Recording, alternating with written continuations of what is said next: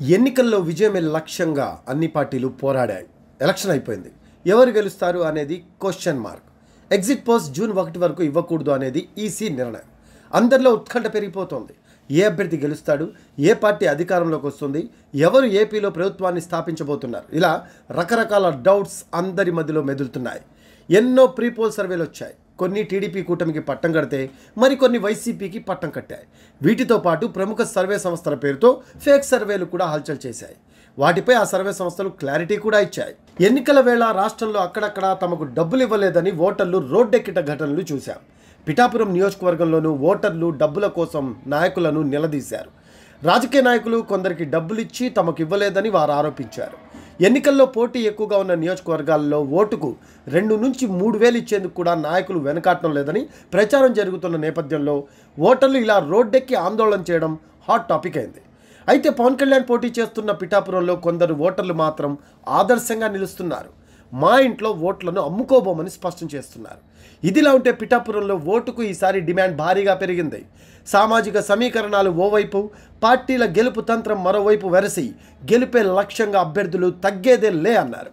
పిఠాపురంలో ఓటర్లకి బాగా గిట్టుబాటైందని టాక్ వినిపిస్తోంది. ఎంత అంటే డిమాండ్ని బట్టి ఓటుకు 2000 నుంచి 5000 వరకు ధర పలికిందని భోగట్ట. ఇందులో వాస్తవం ఎంతో తెలియదు కానీ పవన్ కళ్యాణ్ 1,00,000 మెజార్టీ టార్గెట్ పెట్టుకున్నారు. నామినేషన్ రోజు జన సందోహం చూసి అందరూ పవన్ విజయం పక్కా అని ఫిక్స్ అయ్యారు.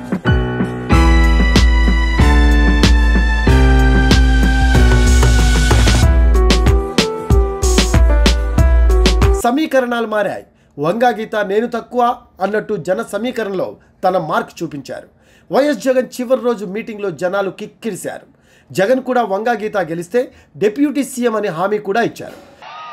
బ్రహ్మాండమైన మెజారిటీతో మా అక్కను, నా తల్లిని గెలిపించండి. మీ అందరికీ మీ బిడ్డ మాటిస్తా ఉన్నాడు. నా అక్కను డిప్యూటీ సీఎంగా చేసి ఈ పిఠాపురానికి పంపిస్తానని చెప్తా ఉన్నా. మీకోసం పంపిస్తా, మీ అభివృద్ధి కోసం పంపిస్తా, మీకు మంచి చేయడం కోసం పంపిస్తా. అక్కడ గెలిపించండి. మీ బిడ్డ మాటిస్తా ఉన్నాడు.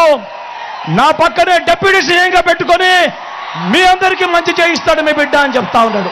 ఎంతో పాపులారిటీ ఉన్న పవన్ కళ్యాణ్ ఓవైపు, నేను లోకల్ అంటూ వంగా గీత మరోవైపు. గెలిచి తీరాల్సిందే అని పట్టుబట్టి ఓటర్లను ప్రసన్నం చేసుకోవడానికి ఆపసోపాలు పడ్డారు. ఒక్కసారి గెలిపించండి ప్లీజ్ అని పవన్ కళ్యాణ్.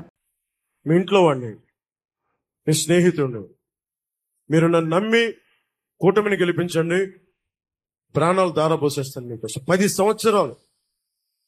సంవత్సరాలు ఏ పదవి లేకుండా కేవలం తిట్లుని బూతుల్ని తింటూ గడిపాను. ఒక్కసారికి చిన్నపాటి విజయం చూపించండి. జనసేన, పవన్ కళ్యాణ్, తెలుగుదేశం, భారతీయ జనతా, బీజేపీ కూటమి ఎలా పనిచేస్తూ ఒకసారి రుచి చూడండి. కొంగు చాచి అడుగుతున్నా అని వంగా గీత ప్రచారాన్ని హోరెత్తిచ్చారు. మిమ్మల్ని చెంగు చాచి అడుగుతున్నా, ఈ ఒక్క అవకాశం నాకు ఇవ్వండి. నా బిడ్డ సాక్షిగా నియోజకవర్గాన్ని అభివృద్ధి చేసి చూపిస్తాను. పిఠాపురంలో వైసీపీని తక్కువ అంచనా వేయడానికి లేదు. అలా అని జనసేన పక్కా గెలుస్తుందా అంటే అది చెప్పలేని పరిస్థితి. జనసేన గెలుపు పక్క, కానీ మెజార్టీ గురించే కన్ఫ్యూజన్ అనేవాళ్ళు లేకపోలేదు. ఈసారి సైలెంట్ ఓటింగ్ ఎక్కువగా నడిచింది. జనాలు ఎవరిని ఎక్కువ తిట్టారో వాళ్ళకే ఓటేసి పట్టం కట్టే అవకాశం ఉంది అనే వాదన కూడా తెర మీదకు వస్తోంది. పిఠాపురంలో ఓటుకు బాగానే గిట్టుబాటైందనే టాక్ బాగా నడుస్తోంది. సామాజిక సమీకరణాల ప్రకారం పంపకం జరిగిందని, ఏ సామాజిక వర్గానికి ఎంతమంది ఉన్నారు, ఎవరికి ఎన్ని ఓట్లున్నాయి, వారు మనకు ఓట్లు వేయించగలరా, ఎంత మేర వారికి డిమాండ్ ఉంది, ఎంత మేర ఆ ఓటర్లను నమ్మొచ్చు అనే వాటిపై ఆధారపడి నేతలు పెద్ద మొత్తంలోనే ముట్టజెప్పారట.